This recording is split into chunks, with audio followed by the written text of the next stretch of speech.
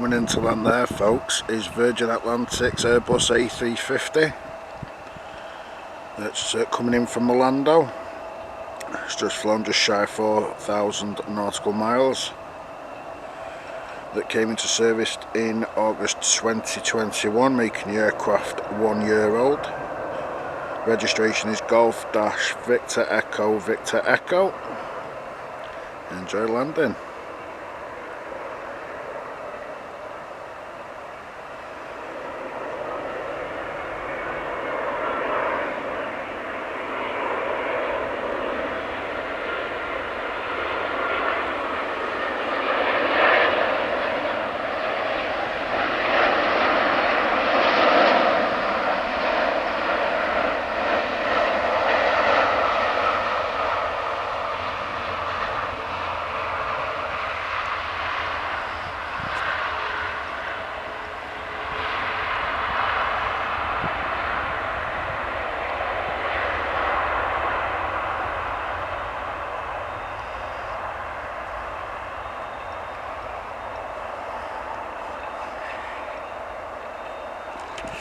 And lining up on the runway over there is KLM.